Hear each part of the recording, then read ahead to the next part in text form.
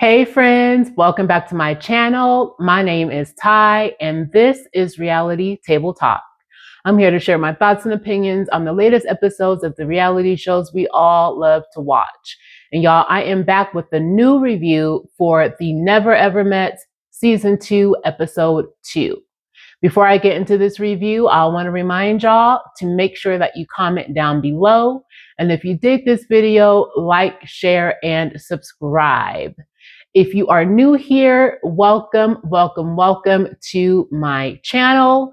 If you are a returning viewer, thank you so much for joining me again. Now, y'all, let's go ahead and get into this review. So we pick up with the Never Ever Mets back outside with Charlie and Jared. Y'all, at the end of episode 1, Charlie has disclosed her secret of having a 1-month-old baby girl, a newborn baby girl. But Jared had his secret to share as well. So after she disclosed this information, Jared's sitting up there kind of grinning a little bit, trying to take it all in, when he pops his secret that he now has a 6-month-old baby boy. Now, y'all keep in mind that these two have been online dating for 4.5 years, but have not disclosed to each other that they have brand new babies. Like, what the hell is going on here? This is crazy. And on top of that, Charlie disclosed in the last episode that she has not just one child, not the 12-year-old that Jared knew about, but she's got a total of 4 kids now. She's got the newborn baby, the 12-year-old, a 7-year-old, and a 5-year-old. And now Jared discloses that he has a baby boy and he had a child before that. So now we're looking at a total of 6 kids. And Jared is really trying to take it all in. He says he can't be mad at Charlie for holding in her secret because he had his secret. And y'all, I mean, baby, these two belong together. They belong together. They're both hiding secret children. That's not a good way to start off a relationship in person. It's one thing online. You can pretty much say whatever you want to say to the other person. I mean, they can do their little research if they're internet detectives and find out some stuff, but to be finding this out in person for the first time, crazy. So, you know, Jared is taking it all in. In his head, he's thinking 6 kids. You know, this is a lot. I don't know about this, but to her, he says that, you know, it's a lot, but they can try to work through it together. And she says, that's all I want to hear. That's all. You don't have to say anything else. That's all she needed to hear. But baby, it's like she was not taking a hint. She was not reading the room. Because to me, it was written all over this man's face. You can see his brain kind of working here like, I don't know. I don't know about this. But she heard what she needed to hear, and so she's running with it. So they go back inside, and as they're walking up the stairs, going back into the house, Jared is like, 6 kids. Like he keeps emphasizing this point. He's like, this is like a damn Brady Bunch that we got going on here. So it's the end of the first night and everybody's turning in. The women go to the women's quarters. The men go to their respective quarters. And Irvin and Alicia are laying in bed. And they're kind of chit-chatting a little bit, just having a little bit of pillow talk. And Irvin is wanting to stay there. And Alicia's like, well, you know, what for? Like, we're not going to, she's not wanting to do anything with Irvin. It's the first night and they're just meeting each other in person. And Irvin says, you know, me just being here would be like us laying on the couch watching a movie. And Alicia kind of reiterates again in her confessional that she has the autoimmune disease and that's taken a toll on her mentally. When she found out, she did what she needed to do to make lifestyle changes to sustain her life. So she lost a bunch of weight, she cut her hair off, and she's really been trying to do what she needs to do to respect her body. So she tells Irvin, like, I'm not comfortable with you laying in the bed with me tonight. You know, I want to take it slow and let things develop organically. You know, if anything were to happen with them intimately, if they were to do the do, then that would kind of muddy the waters. So he respects it. And she says, you know, Irvin, it's time for you to leave, bruh. I'm about to go to bed.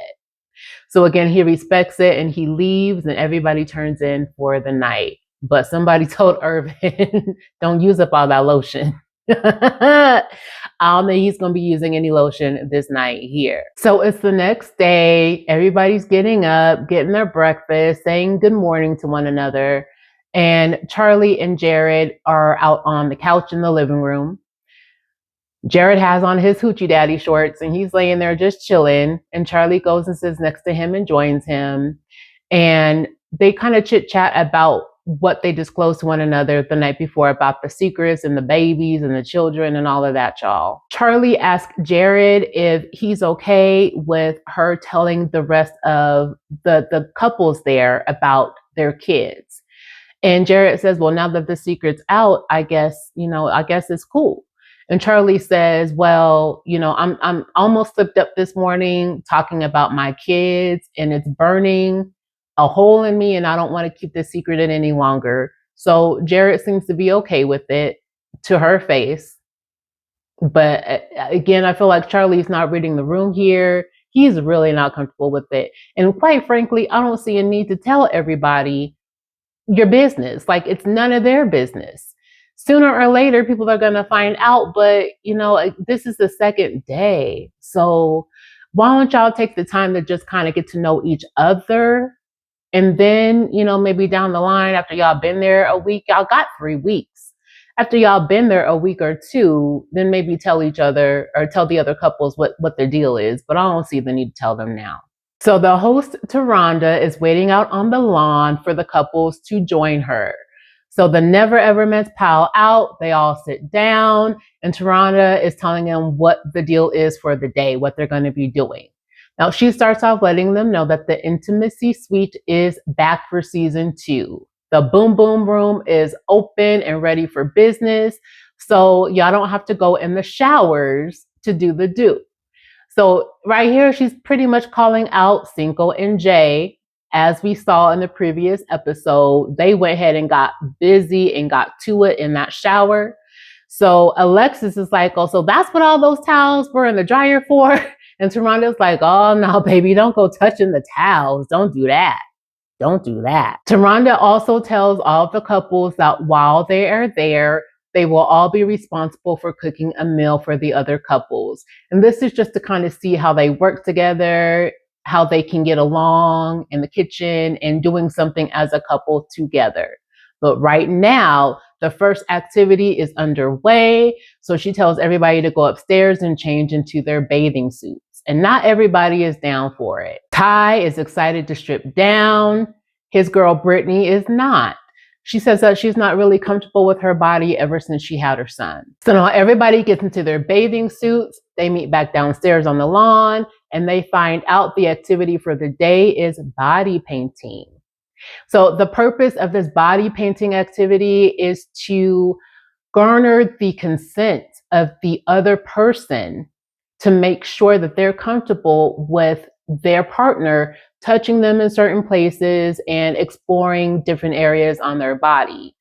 And Kiki says that she's not really an intimacy person. She's kind of uncomfortable with it, but she's hoping that this activity will help her become more comfortable. So they're met down there with the intimacy coach, Michelle. And she tells them intimacy can be sexy, but it's really all about making sure you're not crossing the other person's boundaries and making sure that the other person is comfortable. And intimacy absolutely can be sexy when you have the consent of the other person. And consent is absolutely sexy by all means. So now they're each going to take turns painting on one another.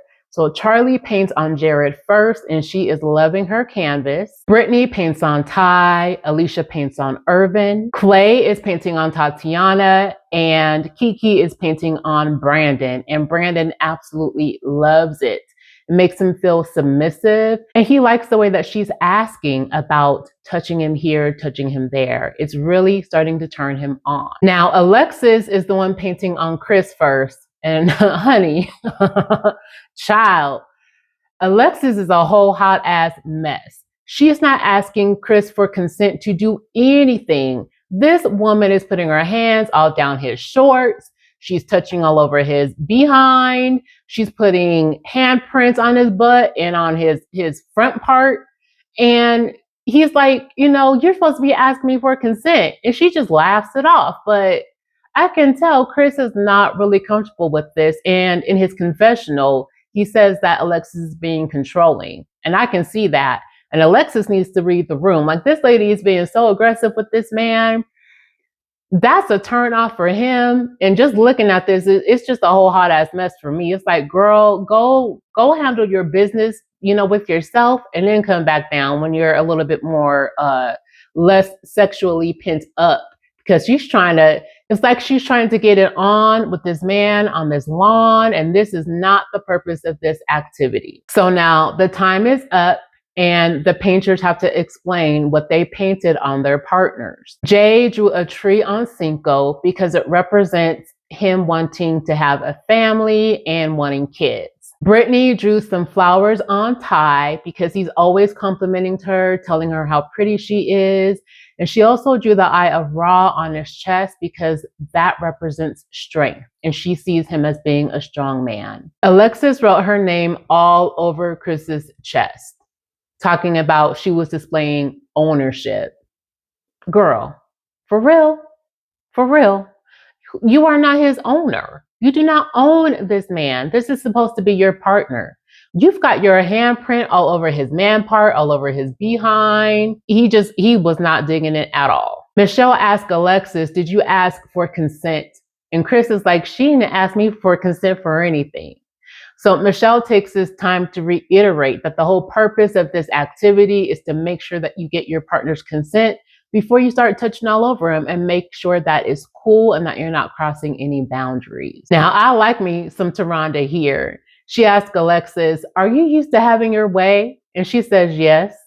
And so Taronda says, well, that's why you out here acting like you don't know how to act. Clay spelled out the word love on Tatiana's leg. And Charlie reveals that she's got a tattoo of Jared on her. So she wrote her name all over him so that he could see how it feels. Alicia drew a sun on Irvin and says that it's because he is a Black king. And Michelle asked, well, did you ask for consent? And how did this make you feel? And Alicia says that she did. And she kind of had to slow down and remind herself to ask Irvin if he liked these things, if he liked to be touched in certain areas, and if it was cool, because she's usually used to telling somebody what she's going to do and what they're going to do. It was a good activity for her so that she could pace herself. Kiki says that she has the best canvas in Brandon, and she painted flowers on his back so that hopefully this relationship will bloom. So next, the partners switch. So Irvin starts painting on Alicia and asks if it's okay if he paints something on her back. And she seems very hesitant here. She says, yeah, it's okay, but just don't touch my back rolls. And she's kind of insecure, and it's coming out here, but she says it's because of her autoimmune disease. So basically, all the partners that are being painted on give their permission for their painters to do whatever they need to do. And here we go with Alexis again. Good Lord, child, God have mercy. This woman, she just does whatever she wants to do. But in this instance, instead of letting Chris do what he feels, and he's asking for permission, she's telling him, oh, touch me more sensually, rub on my leg. And chick, again, this is not the purpose of this activity. The purpose is to develop some intimacy with boundaries and get consent. It's not to have sex out here on this lawn. Get it together. So Ty paints the planet Earth on Brittany's leg. And he says it's pretty much because what's the point of living life on this earth without having a partner to go through it with you? All right, sir. I see you trying to be a little philosophical here, but coming from you, it just is not landing. Cinco drew a tree on Jay, as well as a heart with the letter C in the middle of it, because that represents the name of her son.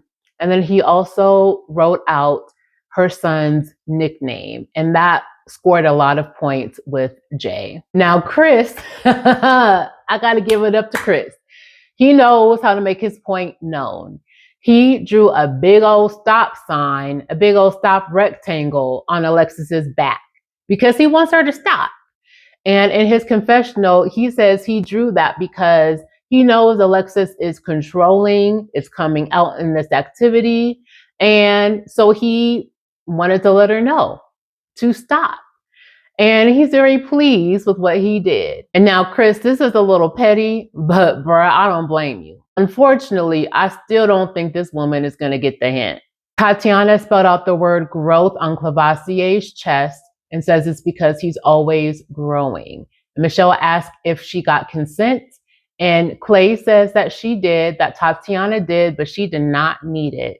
This man is really, really feeling this woman. Now, Jared painted some zebra stripes on Charlie's legs.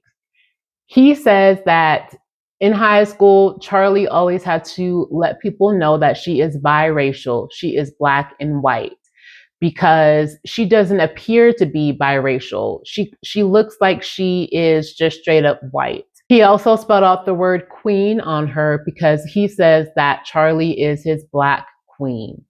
And I can tell that really made her feel special in this moment, just the look on her face. She didn't say anything, but I can tell that meant a lot to her. Now, Irvin painted the word powerful on Alicia because, and then she interrupts him and she's like, So he was getting ready to tell the group about her autoimmune disease, and she hasn't even had the opportunity to tell them yet. So thankfully, in this moment, he took the cue. And Michelle's like, she's telling you no, non-verbally, she's telling you that you're getting ready to say something that she doesn't want you to say.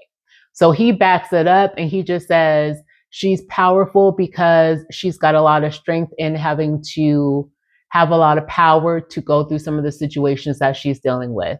And I applaud Irving for reading the room and picking up on cues. Alexis. He also painted some angel wings on Alicia's back because he said when she walked out, she looked like a straight up angel. She looked like his angel. And now Alicia is grateful that Irvin also picked up on the cue not to tell her business. Michelle goes over to Kiki and asks her how she liked the activity. Kiki says she felt like a big kid. She was loving it. And she was happy that she was getting to explore intimacy with Brandon. So after this activity, all the couples go back inside. And tonight it is Ty and Brittany's turn to cook a meal for the entire house. So they're in the kitchen getting stuff together. He's up there cooking. She's assisting him. She's taking his lead. And you know what? They are working very nicely with each other in this kitchen. So Ty is talking about using oils and butter. And Alicia overhears. So she asks, well, did they buy any vegan butter? And Ty is like, no, there's no vegan butter. You can't eat regular butter. Alicia's like, well, no. So Alicia now is trying to become the third chef. And she's telling them how to make her vegetables. She was like, you can use some oil, but don't use a bunch of oil. And Ty, in his confessional, he's like, I'm not catering to this woman. I'm not her man. If she wants to be catered to in the kitchen like that, her man can do it for her. But tonight is me and Brittany's night to cook. So we're not adjusting anything for her. So Alicia tries to tell Ty that regular butter builds up mucus in her and she didn't want to deal with that. Now, again, the rest of the couples don't know anything about her autoimmune disease. And Alicia's delivery here was very forceful and the tone was off. So it was not going to be well received by Ty. And Brittany is trying to calm things down and smooth everything over. But basically, Ty is trying to kick her out the kitchen. So Alicia storms off. So now Alicia goes to tell Irvin what happened. And he's like, don't worry about it. But he was able to pick up on the fact that Alicia's delivery, her tone was off and was absolutely off. So in the living room, Charlie, Alexis, and Jared are all talking about the painting activity. And Alexis says that the energy was kind of off between she and Chris. So now Chris walks in and he sits down on the couch and Alexis is telling him that she felt like he was kind of disconnected. So Charlie and Jared do the smart thing here and they decide to bounce and give Chris and Alexis some time to kind of talk things through. Alexis says that she told Chris to go slower when he was painting on her legs and it'd be more sensual. And Chris said he didn't hear it, but he must have been doing something right because Alexis kept talking about how turned on she was getting. And she says the activity itself was turning her on, but what Chris was doing, he was not listening to her. And Alexis, I'm gonna need you to slow your roll, chick, because you were not listening to Michelle when she was explaining the activity to you. You did not ask this man consent to do a damn thing. You just did what you wanted to do, and you were being controlling. And if you felt a disconnect with Chris, it was because you weren't listening to his cues when he was saying you need to be asking for consent. So, I mean, you get what you give, right? And you got what you got. Now, Chris is still trying to be a gentleman about everything. So he decides to disengage from this conversation. He says, I need a drink. He asks her if she wants one, and she says, no, I'm good. So then he leaves the room. And you know what, Chris, right about now, this whole situation is making me want to have a drink as well. I don't blame you, bro. Get the hell up out of there, away from this woman, because she's a little off, in my opinion. She's a little bit off. So back in the kitchen, Clay tells Ty that Ty and Brittany look so cute working together in the kitchen. But Ty is like, dinner's not ready yet, y'all. Get the hell about this kitchen. You're not coming in here stressing me out anymore. So now Irvin goes upstairs to grab something, and he hears Alicia and Brandon doing yoga in the next room. So this automatically upsets him because the night before, he had asked Alicia if she wanted to do yoga with him. And she just seemed put off. She was like, no, I just want to wake up naturally, organically, when my body feels ready to wake up. She did not want to do yoga in the morning with Irvin. And so he felt dismissed in this moment. And I get it. Y'all are supposed to be there for one another. And this is an activity that you asked her to do to kind of bring y'all closer together. And she decides to do it with another one of the castmates. So I can definitely understand him feeling put off in this moment. So Irvin and Alicia go to talk about it. She is just extra dismissive to him and his feelings. He tells her that he felt like she was serving Brandon and not really there for him. And she says, well, I apologize that you feel that way, but that was not my intent. And baby, girl, Alicia, that is not the way to give an authentic apology. Maybe saying something like, I'm sorry if I made you feel like this in this moment. That wasn't my intent. Maybe something like that would have been received a lot better. But after you gave that little half-assed apology, Irvin seemed to be closed off. And then you laughed in his face as if, it was his problem, as if it were a joke, and you were not taking it seriously. And then you say, okay, well, I think dinner's ready, so let's go on to the kitchen to eat. Alicia, I don't know what kind of experiences you've had in the past with men, with former partners, or if you've even had a relationship, a good relationship, but this ain't it. This is not laying the groundwork for a healthy relationship. This is laying some groundwork for some bullshit. So back downstairs in the kitchen, the food is being plated up and it is looking good. They've got some salmon, some salad, and some rice pilaf going on. And Ty says that because this is the first group dinner, he wanted to make sure that it was good for everybody, that everybody was going to be satisfied. And now, Ty, I will say this. You're not necessarily my cup of tea, but in your confessional, baby, you were looking good. I like what you got on. You looking nice and sharp, bruh. Looking sharp. So at this dinner, they're all talking about the activity that took place early in the day with the body painting. And Charlie shoots Jared a look from across the table. Before the dinner, Charlie and Jared talked about disclosing their secret to the other couples. It's that time, and Jared stands up to let everybody know they have something to say. So both Charlie and Jared get about their seats and they walk to the head of the table. So in Jared's confessional, he says that he personally would have kept the secret between them two between Charlie and Jared because it's nobody else's business. And I feel the same way. There was absolutely no need to tell everybody about your babies, your secret children, or any other secrets that y'all have going on between y'all. But Charlie is adamant, so let's go ahead and do it. So Jared is the first to let everybody know that he's recently had a baby and that the baby is 6 months old. And everybody at the table is looking like, oh man, wow. And I see this look on Clay's face, and he's just like,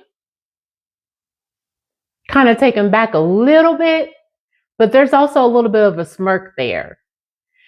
So then Charlie comes out and says, I too have a baby. I have a newborn that's only 1 month old. And everybody's like, oh my God, girl, oh my God. Well, everybody is shocked and stunned, but Tatiana is the first one to say, wow, well, congratulations. And everybody else just kind of follows their lead. And I'm guessing it's out of not knowing what else to do. So then they all start clapping like, yay, stepdaddy, stepmama. This is a whole hot ass mess.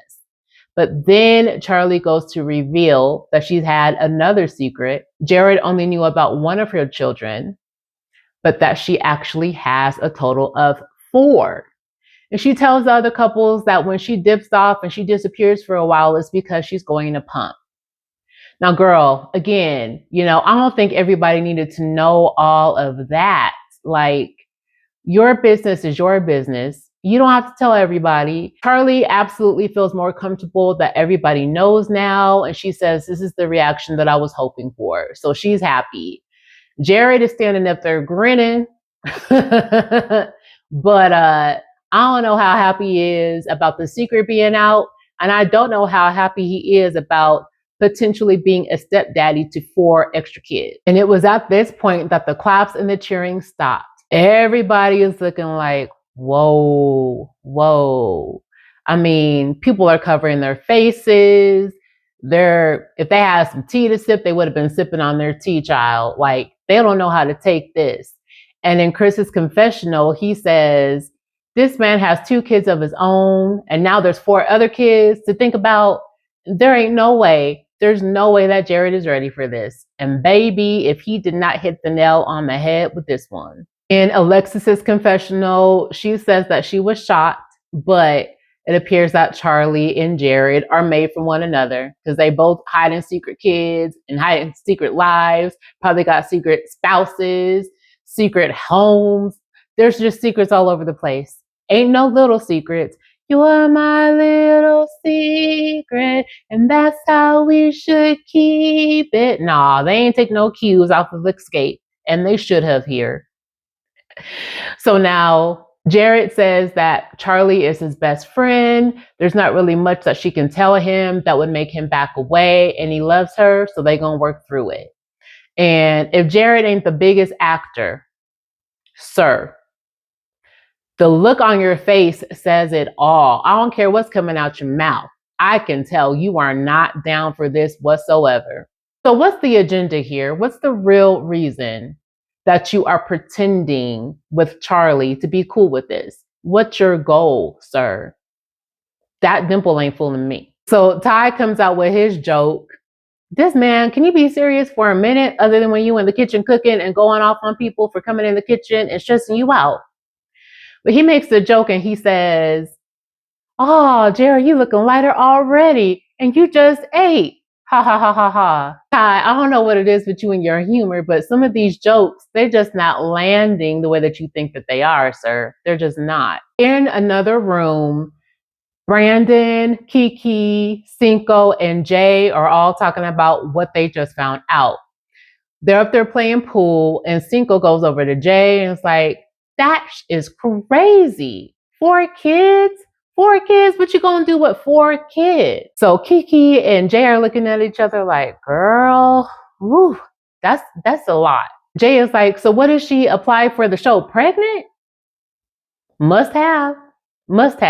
And Jay says that them keeping this type of secret is really wild, and it is so wild Kiki is like, there's a lot of stuff that Brandon and I don't know about each other. Like, there's a lot to still learn. But that secret right there is crazy. Now, y'all, as they're up here talking about Charlie and Jared's secret, Kiki discloses in her confessional that she has a secret or a couple to tell Brandon that could potentially jeopardize their relationship.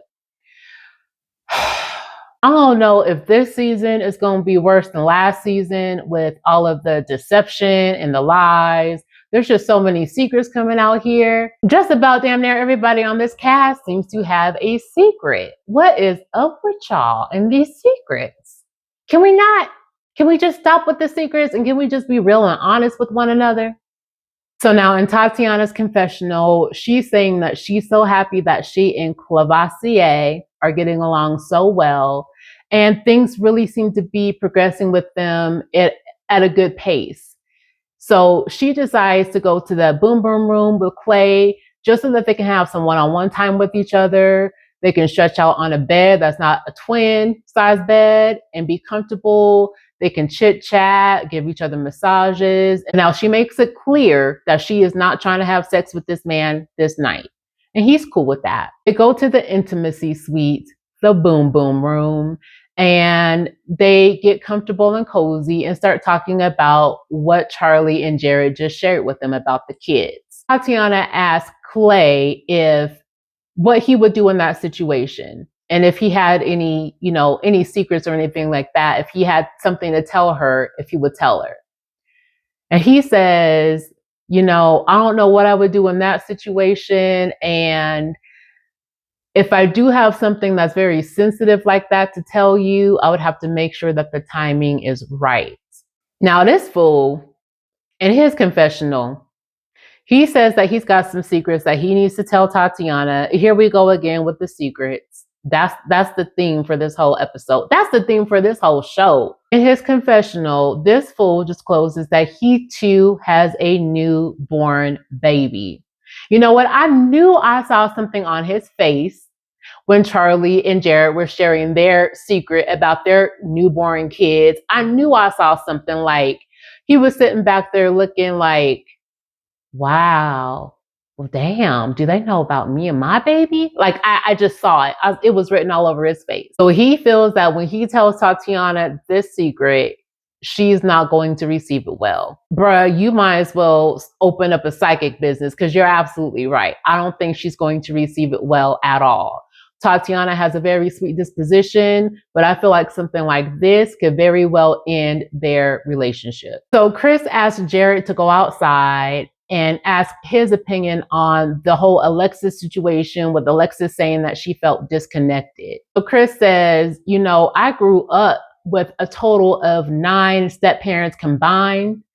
My stepfathers would come in the house and be controlling with my mom, and I ain't like it. And then I went and lived with my father, and my father was controlling towards me. So when I got grown and got old enough and got out the house, I said I would never go back there again, and he ain't. He can see that Alexis is controlling, and so this is completely turning him off. Jared says, doesn't she come from a Jamaican background? Isn't she Jamaican? And Chris says, yeah. And Jared says, that's where this is coming from. It's coming from her heritage, from her background. That controlling side of her is coming out. So just take these 3 weeks and, try to see if this will work out. Take some time, get to really know her. Chris seems to be taking this advice in, but he said that Alexis knew about his childhood trauma and the issues with control. And she's still continuing to be controlling. So that's going to be an issue for him. Now, Jared said, I saw when he wrote that stop sign on her back, and Chris said, I can remember the sign, the exact shape of a stop sign. So he just drew a big old square on her back. Any way he needed to get that message across, he was going to do it. Forget the shape of the sign of a stop sign. Jared also says this was petty. And he says, I know it, but he needed to put it out there. He needed to express how he was feeling in that moment. So back inside the house, everybody's turning in for the night. And Urban goes to the women's suite and tells Alicia, I really need to talk to you. because I'm not really feeling you. You know, you did your yoga with Brandon. I didn't interrupt you. But then when I told you I had an issue with it, you tried to flip it around on me and say it's my insecurities. And I don't know if you just can't read me, you can't catch a hint, but that wasn't cool. So now the tone that Irvin was delivering this in, it was a little heated, but it didn't feel aggressive. Like, it didn't feel violent. It didn't feel threatening. He was just very intense with the way that he was communicating. And so Alicia says that she could feel the steam coming off of Irvin, and she didn't really want to have a conversation with him while he was heated like this. I guess she wasn't really picking up what he was putting down. So she's asking him, well, what's wrong? And in doing so, she was kind of cutting him off. So he says, I'm going to just let you speak. You keep cutting me off. So then, baby, why did she say this? She said, I'm starting to feel unsafe. And that was it. Irvin shut it down. He was like, okay, you feel unsafe? Cool. And he leaves about the room. So Alicia's like, well, you're walking away. And he's like, no, I don't want to talk to you. You're telling me that you feel unsafe. And that's the worst position for a Black man to be in, even with a Black woman, with a woman, period. You're telling him that you feel unsafe. What is he supposed to do with that? He doesn't want any, static. I'm sure he doesn't want that perception of him being out there that he cannot control his emotions. I felt like he was controlling his emotions. Again, the tone was a little strong. But if it had been me, I would not have felt unsafe. Trying to see Alicia's point or her side of it, this woman already seems like she has a lot of insecurities. She doesn't seem like the best communicator, so it doesn't seem like she's also the best listener. Doesn't seem like she could really read a room. It just doesn't seem like she really knows how to interact with people on just a human level. Like, her guard is always up. So she's not able to let people in. And it's also like the guard is so up, she can't let herself out. So Irvin is walking away and Alicia's telling him, come back, come here, just calm down. Worst thing to say, calm down and let's talk. And he's like, no, this is for your protection, right? And she's like, this is for both of our protection. And he was like, right. So he gets up and he continues to move. And he says, when a woman tells you that she feels unsafe, you get up and you move. And this really was for his protection, because I feel like Alicia was being very unreasonable in this moment. I feel like she was overreacting. She misread the situation. And at this point, Irvin is shut down. With all the secrets, all the secret babies, Clay coming out now saying that he's got to tell Tatiana about his secret baby. Whew, y'all, I'm done. And the episode, thank God, is done. Y'all, that's the end of episode 2. Let me know what you think. Do you think that Alicia was overreacting? Do you think that Irvin was coming on too strong? Do you think that Jared is going to stick around and raise these 6 kids together with Charlie? And do you think that Chris and Alexis are going to make it? Do you think that Tatiana is going to stick around when she finds out about Clay's secret? And what secret do you think Kiki is holding back from Brandon? Just secret all around. And it's too much. If I was in his house, I would be ready to pack my bags and be out. Who can keep up with all the secrets, all the lies, all the deception? It's just too much going on. I thought season 1 was on some mess, but season 2 is panning out to be chaos. If season 1 was mess, season 2 is going to be some chaos. Again, y'all, comment down below. Let me know what you think of this episode. Let me know what you think of this review. Episode 3 is out, and y'all, I will be reviewing that very, very soon. Check back for that review to drop within the next day or 2. Make sure that you've hit that notification bell so that you know when the next review drops. Y'all, as always, I appreciate each and every one of you. Stay safe, stay blessed, And don't forget to tell someone that you love them today. Love y'all. Peace.